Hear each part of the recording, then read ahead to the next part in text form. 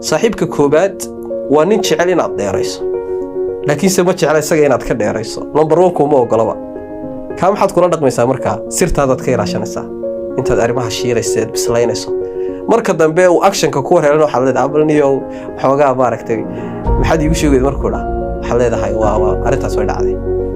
saaxiibka labaad waa niman jeclayn inaad dheerayso iyo inaad ka dheerayso midnaba waxba kuma sameynba xasad nafsaaniyo baa iska galay meelahaas uu ka hadal hayaa waxa weeye wax buu ka sheegayaa horumarkaaga ma jecla kaana intaad u tagtaa koor waad iga dhamaan laaday way dhibanaad noqonaysaa isagana waxaad kula macaamilaysaa mujaamalo wax leedahay abaliyo marka meelaha ku aragto abal wala islaayahay oo saaso marka dhaaf saaxiibka saddexaad waa tireero kooban model bay ku arkaanba waxa kale inuu sidoo guuleysatay sidoo waxa uu gaadhay sidoo halka u sameeyay waxa jecel yihiin waxa hesho kale inay helaan